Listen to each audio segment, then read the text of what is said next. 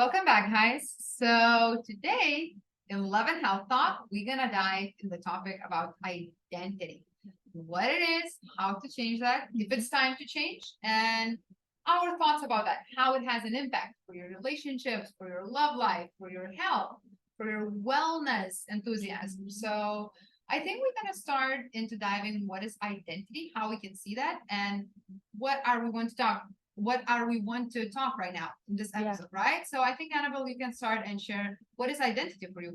How do you see it? Yeah.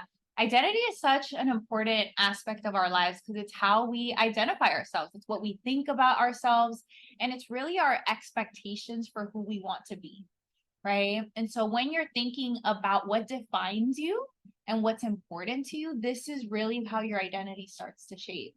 So if you're someone who is really motivated by their work and love and is like really passionate and pours a lot into, you might identify yourself as that position, right? Let's say you're a doctor, let's say you're a therapist, let's say that you're a customer service employee, like that becomes who you are. Yeah. And it's funny too, because I think I think we've kind of come out of this a little bit more, but it's really interesting that when you meet people, immediately they ask you, oh, what do you do? Yeah. Right? Because it's such a big part of who you are.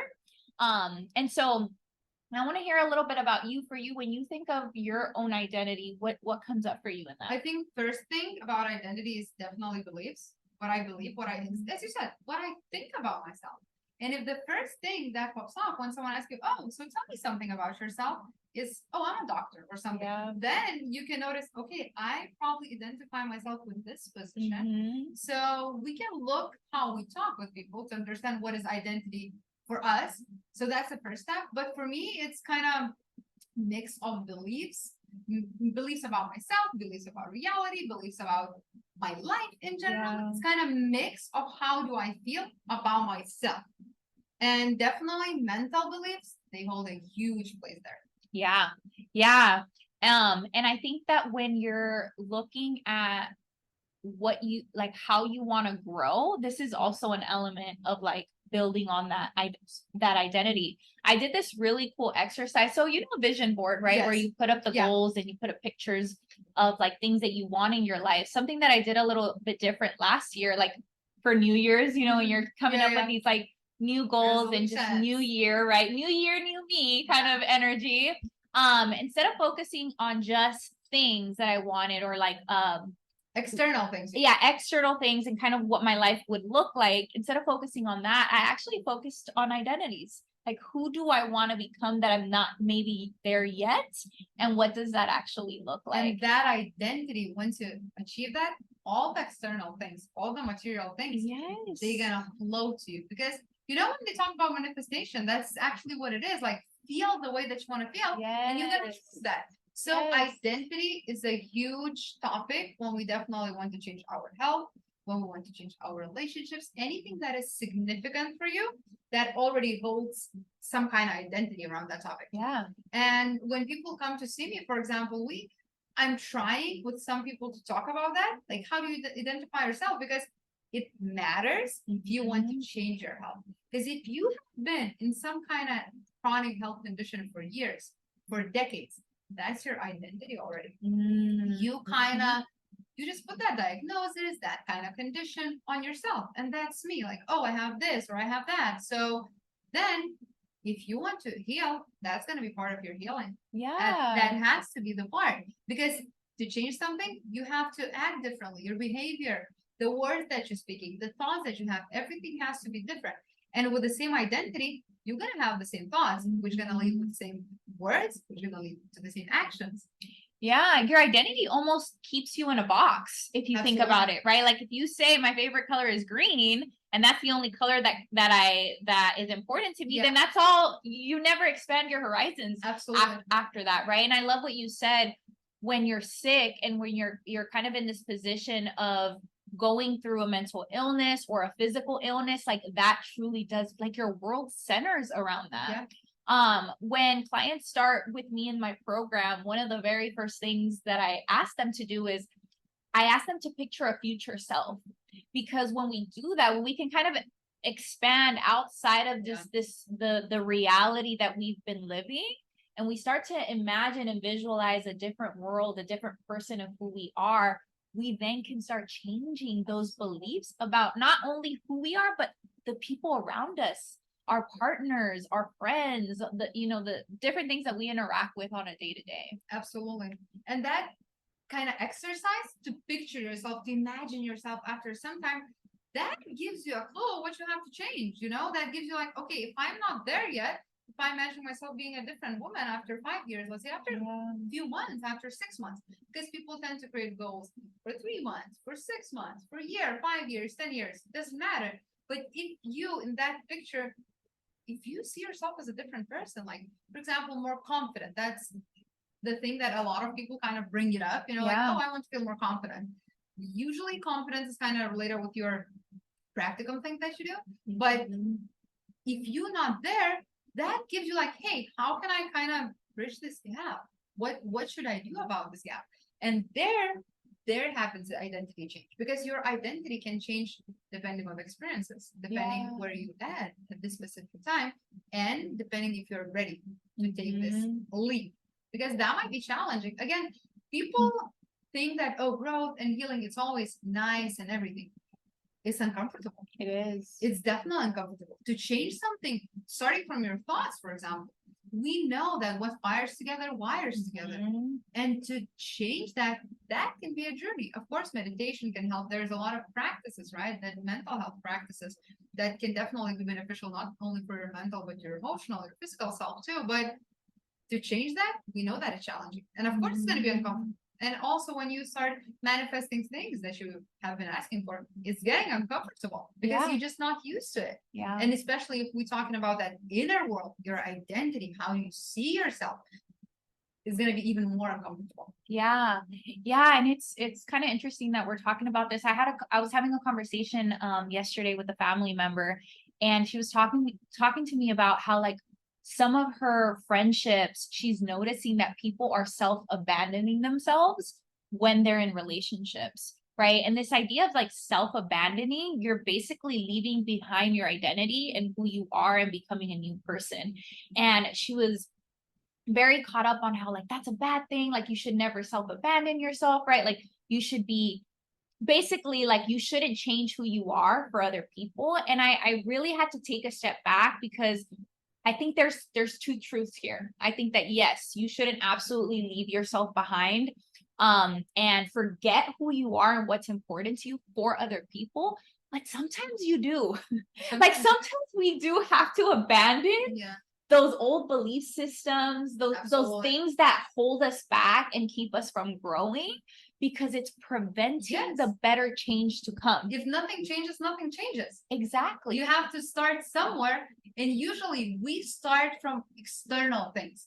And this is not how it works. Your external, the material world, is going to follow your identity.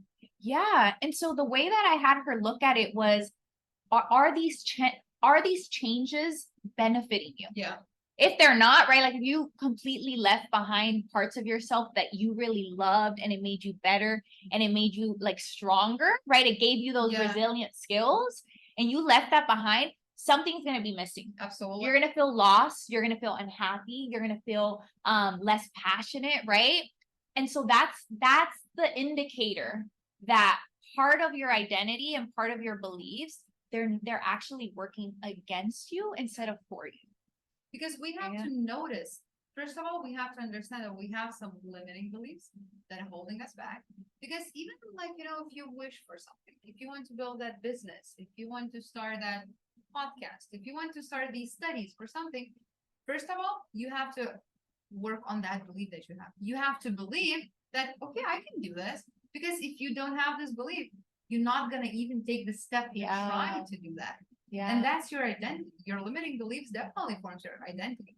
So, and if to kind of leave myself behind needs to change my limiting beliefs, then I'm down for that. Yeah. Because that might bring different reality. And relationships add to your identity. Absolutely. Like when you're, especially a romantic relationship where you're spending so much time, you're right, your fiance, your husband, you're spending so much time with them.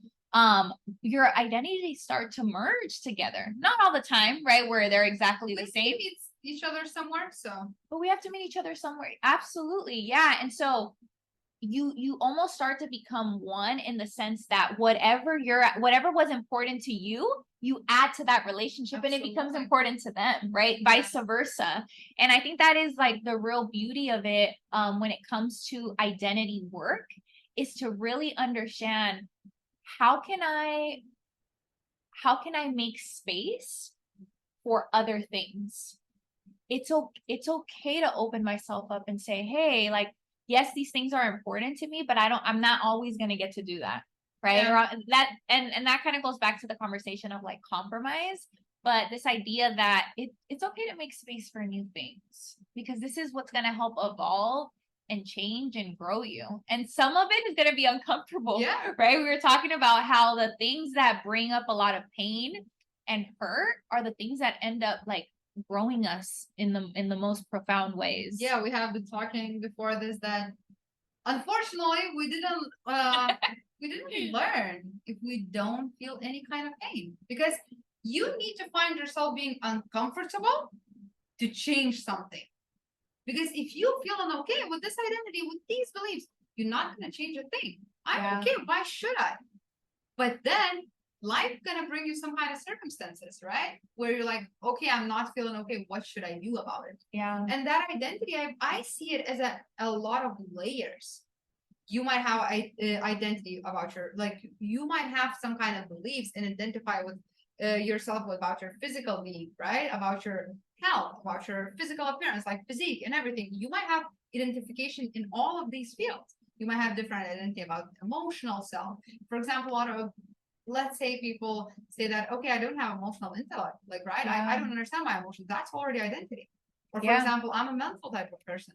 That's my identity. That already puts the block that, okay, I'm not going to let these emotions in because I told you I'm a mental person. Yeah. That's kind of like, I identify myself like this and there is no place for anything else. Yeah. So as you can say, like, if you want to change, you have to make space for it. Yes. And I think that's where flexibility definitely comes into play, but diversification, meaning that when people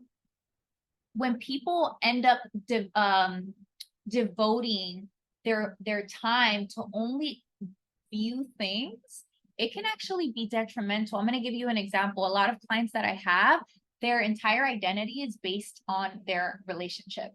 All of their time, all of their preoccupation, their stress, their worry, their happiness comes from their partner.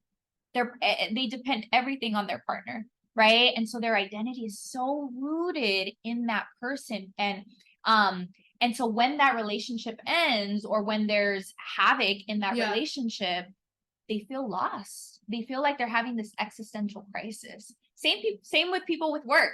When you devoted your entire life to work, right? You didn't make time for friends, for relationships, for like outside hobbies, and your work has become your life. Let's say, God forbid, right? You lose your job. Yeah. People go through the worst existential crisis ever, because so much of their time and their being was about that thing.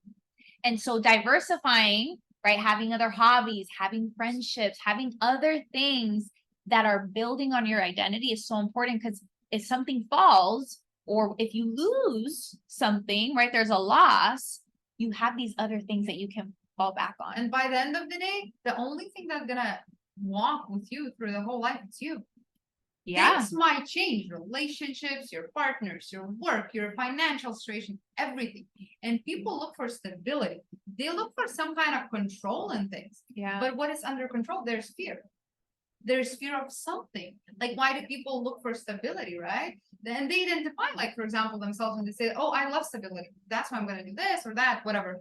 So there's a fear somewhere. They feeling afraid of something. Yeah.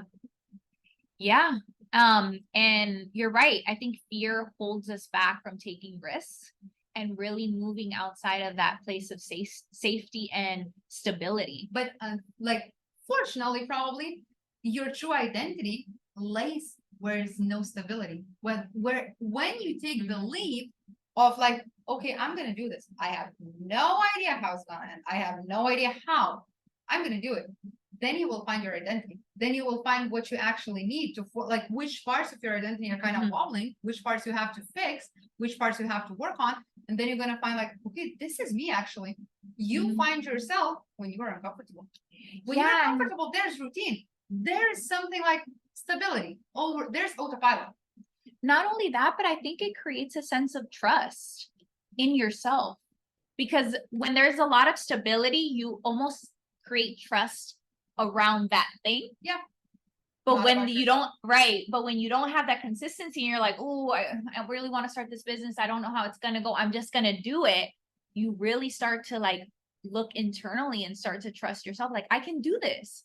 I don't know how I'm going to make it happen, but I'm going to do it. And then you finally do it and you're like, hell yeah, I'm resilient. Yeah. Right? And that becomes part of your identity is that you can do hard things. And yeah, what are you looking for? What's intention? Like, what is your intention? What are you trying to create? And then you're definitely going to find some parts of your identity, which has to heal, for example. Some parts where you think that, okay, this is actually me. I'm that strong person. I did that. Yeah. I told you that I'm going to do that, and I did that. And I believe that a lot of confidence, a lot of trust lays in do what you said you're going to do. Yeah, absolutely. That's going to help you to believe in yourself. Yeah. Because if you find yourself that you're like, oh, I'm going to start eating healthy tomorrow, and you still eat the same way that you did before, you're not going to trust yourself anymore. Because over experiences, you build that, okay, I said it, didn't happen. Yeah. So then you don't feel the urge to be accountable for your words. And accountability for ourselves, that's the huge part of any kind of success. Because by the end of the day, you're gonna find yourself in the place where no one's gonna hold you accountable. No one cares. This is yours. Your business, your health, your something. You definitely can find people who help you, like coaches, healers, whatever. Yeah. But accountability is on you. Yeah, and I believe that I'm so sorry to interrupt you, but I want to say, like, for example, even about identity in our work, people, for example, they come to see you because their identity is definitely built on relationships, as you said. For me, people come to see me when they say that, okay, this health part, it becomes me, that physical body, that it's me, right? I have to fix it. So, of course, our job has some kind of filter, depending on the people that we're going to meet, because they find us for a reason. Absolutely. So that's definitely a thing, but your identity can change once you change it in one way, it might change in another way. If you don't have a perfect optimal physical health, once you change it, you might see that your relationship changes. You might see that your friendships, like everything starts changing. Vice versa. If you change your relationship, you might see that, okay, these relationships were not good for me. Maybe my health is going to improve. So there's always a circle there. Yeah. And I think when we talk about like being accountable to yourself, you also, oh man, I lost my train of thought. Being accountable to yourself. What was that? Your whole name was important. Oh man, it's gone. Okay, that thought is gone. So we'll get back to that.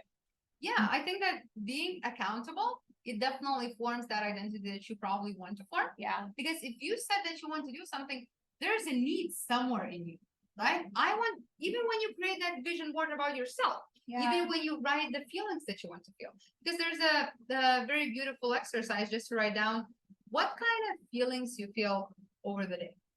And you start writing, and so you see that maybe there's not enough of nice feeling. Maybe there's a lot of disappointment, hopelessness, a lot of frustration and everything. And you see that, okay, I didn't mention love. I didn't mention like trust or something. And then you have to start somewhere. And to change your identity, I think that the first thing is to start changing your thoughts. Yeah. That's my experience. That's my point of view. I believe that a lot of people might have different point of view about that. But I think that once you are able to put yourself into a position where you're, for example, I teach myself when I said go, my brain doesn't play with me anymore. If I said go, and it means we go. If it's 5 a.m. and we're going to the cold shower, if we're jumping to the cold pool, or we're going to the gym at 5 a.m., if I said go, we go. Yeah. And there's no place for negotiation. Yeah. That brings me back. So when there is that sense of accountability and you start really like doing what you said you were going to do, and it starts building this trust, you actually move out of that victim mentality. And I know that word can be very stigmatizing, But it's true, when we're kind of in that victim state and our problems doesn't change, nothing is changing, we're not growing, we're not healing. But when you start to become accountable to yourself and you really start building on this identity aspect, damn, it's gonna be so uncomfortable. it's going to be very uncomfortable, but you start moving into that empowerment place. Yeah. Where things can actually, now I can actually go to the practitioner. I can go to the therapist. I can go to the coach and say, I've gotten myself to come here. I mean, I said I was going to get some help, and I'm here getting help. I'm done being a victim. I want to get better and empower myself. And so what do I do? What do I need to do? Help, you know, right? There's always some kind of group of people that I meet, they come to see me with identity already that they have, no one helped me, nothing helped me, nothing's gonna help because nothing helped before. And then my job is, again, there is no judgment. They cannot, I'm not a god, I'm not able to judge you. If this is the way how you feel, well, I hear you, but right now let's change that. Yeah. Of course, we're gonna say things depending on our past experiences and stuff, especially if it's related with health, especially if it's mental health or physical health. We definitely have that filter. Yeah. And I love what you said, you know, the first step to really start to change your identity is to change your thoughts. Yeah. And I think that's really important, because when I meet with clients and they have these very limiting and negative beliefs, one of the things that I really start is I just start to challenge some of that, and not challenge as like being assertive or being impeding on that, but just to like, well, where does that come from? Right? Like where's the different way? Where did you first learn that? And how is that helping you now? Let me just finish off this part. Because these beliefs are benefiting in some way. Absolutely. They're giving them some confirmation as to what it is that they're looking to change or what it is that they're looking to do. And so breaking that part, because once you start speaking, like you're like, I don't know why I'm saying, like it, you start to find the faults in that. Right. And then that can change. Definitely. If you have this belief, it benefits you in some way. Maybe it helps you to keep that victim mentality. Maybe it helps you to stay at the same place. Maybe you feel comfortable in that place. Like you can always find out why it's benefiting you, because if it wouldn't, you wouldn't have it. Right. So what I usually do, if I find myself like, oh, it's always happening this way, like, you know, oh, this is what's going to happen. Then I always ask myself, is it a fact? How can I know that? If it's a fact or someone kind of, what it means? Like, is there's a proof for it? No. Why do I say so then? Why do I identify myself with it? Why do I think that this is what's going to happen? Yeah. How can I know that? I can't. And the words, the thoughts, like this is quantum physics part, right? Like our consciousness choose from the possibilities. And why people usually don't change, because like everyone knows like, oh, there's a plenty of possibilities, like everything can happen in any kind of way. But why we keep repeating the cycle? Why we don't manifest this, I don't know, BMW, like your apartment or something? I want it, right? I want it. But if you have the same thoughts, the same patterns, your possibility stays the same.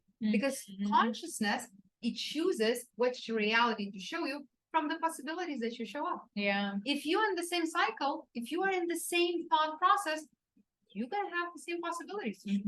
Better, worse, but it's going to be kind of the same. Yeah. So that's why the thought process is usually the first thing that you have to change, the first thing that you have to challenge. Absolutely. It's not that easy to change that, right? But that's why you have a coach, you have someone who helps you, who guides you, because for your brain, again, the change is the worst thing. Yeah. And exposure. Like that, I think that has drastically changed my identity and some of those negative thoughts that I once had about myself. I remember when I had first started like a coaching group, I was in a group with like high-powered entrepreneurs who were running their business and making like, I don't know how much money, right? Like X figures, where I was like, ooh, and I felt very incompetent, right? And the more I was in there, the more I heard the possibility of doing what they were doing, it became so possible to me. And I think a lot of the times what happens, especially with our clients, is because they have either isolated themselves or have remained kind of in that same circle where these thoughts are being influenced all over again without a different sense of exposure, without a different set of thinking patterns, you don't even know that there's a different way of thinking. Absolutely. You don't even have examples of believing in different things, right? And so I think exposure and being around different people and being around different like things that Different triggers. They bring a lot of different thoughts for you. Like, for example, when you wake up, your morning usually looks the same. You brush your teeth with the same hand every single morning, yes, and you don't leave the place for any kind of possibility to manifest in the reality, because you do the same thing, the same thought process over and over again. Yeah. Start small. Start changing the hand that you're brushing your teeth with. Change your morning routine. Like, start small. You don't have to be like, okay, I'm a different person now. No. And as you said, you might feel not very comfortable being around the people that you want to be like one of them, because of course, it's way better to be with a circle where you feel like, okay, I have to expand myself financially, emotionally, mentally, physically, in any kind of way, to be where they are. But we don't know what's going on inside, because for example, I work with a lot of different people, right? And we talk about physical health, emotional and stuff. And I started noticing, like, people, all of us, I think we have been conditioned to have this kind of fear around our financial situation, because I can work with someone who has to use payment plan to be able to pay me for the session sometimes, right? And they're gonna tell me like, okay, I have this fear around like financials, like economy and stuff. And I can work with someone who lives in the beautiful mansion in the Beverly Hills, and they say me the same thing. And I will start thinking that, is it actually related with our external material things that we look for, and we think that, okay, if I'm gonna have this X amount of money in my bank account, then I'm gonna feel safe. It's gonna expand. If you've been conditioned to think this way, if that's your emotional home, because all of us have emotional home, like if fear is something where your body used to work in, if that specific concentration of the hormones, all that micro elements in your body it's your home. And your body will get you back. Because again, the change is the worst thing can happen. So I noticed that fear around, for example, finances, because that's such a common thing. Right? Very common. Has it. Doesn't matter how much money do you make. The more you make, the more you spend. The more you want. So I noticed that, okay, you live in the perfect mansion in the Beverly Hills, where you don't have money to pay me for the session. You guys bring the same fear about finances. So is that external kind of identity gonna matter? If the things that I have materially, if that forms my identity? I think that it can. I don't think it always does. For that prime example, because in my example it did. Right? The fact that I was able to put myself in these circles and actually have a different sense of possibility and see it actually come through, it did change my inner dialogue. But you're right, when it comes to money, I hear this all the time. There's this feeling of like, I'm unworthy of having this money. I feel like I'm not good enough to even charge this amount of money or to make this amount of money. So you're right. I think sometimes exposure is not enough for that very same reason. So external stuff is not going to matter. It is very much going to be about the internal. And I think it's a little bit of both. Absolutely. Right. I think with everything, anytime that we talk about certain things, nothing is ever black and white. Nothing is ever, it needs to be done this way or it needs to be another way. There's always a spectrum of things, especially when it comes to all the possibilities. I have all but the more possibilities you have, the more flexible your identity becomes, and the easier it is to change something that is not working for you anymore. And that's the biggest, real quick, that is the biggest lesson that I've learned, is that the more that I'm able to like step back and say, okay, yes, I'm angry, but like what else is happening, and take in other accounts, the easier it is to change how I feel, what I think, who I am, how much I make, like anything is changeable. You take this filter, like one of those filters, right? And that's it. You see it differently. Once you start challenging yourself, like, okay, I'm mad right now, but what's going on actually? Why do I mad? Why do I feel this way? Did he cross my boundaries, or what happened? This is because, why do I react this way? You start observing, and this is what we want to do. This is what life about. You are the observer. And like there's a lot of studies and everything that without observing, nothing exists, because your electron starts to move when someone looks at it. Yeah. There's plenty of data, like there's plenty of scientific proof how it works. Yeah. We are the observers. Whatever you look for, you're gonna find it. Yeah. That's why even in our work, intention matters. What are you trying to do with that person? That's why Western medicine and hospital system doesn't work that well, because in Western medicine, we look for disease. We look for what's wrong with you, right? Come here, we're gonna do this test, that test. Let's see what's not working. But if we're gonna switch that, if my intention is gonna be like, what can I do for you to make your health optimal? Yeah. Then I'm gonna look with a different filter. I'm gonna give you different advice. Everything is gonna be different. Yeah. Intention and where I put my focus matters. And if, for example, if I focus on some parts of my identity, I can miss other parts. And I think for me, what worked the most perfect way, how you learn who you actually are when you put yourself into the position where you had no idea how to act. Then you understand. Then you understand where is your identity, like on what your identity is built on. Do I trust myself actually? Do I believe in myself? What do I need that external validation? What do I fear the most? Like, is it stability matters for me, or do I like to take that leap? Like, what is my identity? You understand that when you don't know what to do, right? Yeah, yeah. Stress definitely can challenge you and your identity and who you are, and actually strengthen a lot of those different things. Yeah, cool. Yeah, I mean, this is an important topic because each and every day we're really building on who we are, whether you're conscious of it or not conscious of it. So it's better to be conscious about it. It's better to be conscious so that you have power in changing it and controlling it. Because that autopilot that we go on, it's not gonna change a thing. No. So yeah. All right. Yeah, definitely like, subscribe, comment, let us know your thoughts. Yeah, we'd love if to you hear have it. any ideas, what do you want to hear us talking about? Feel free to reach out. Absolutely. Bye.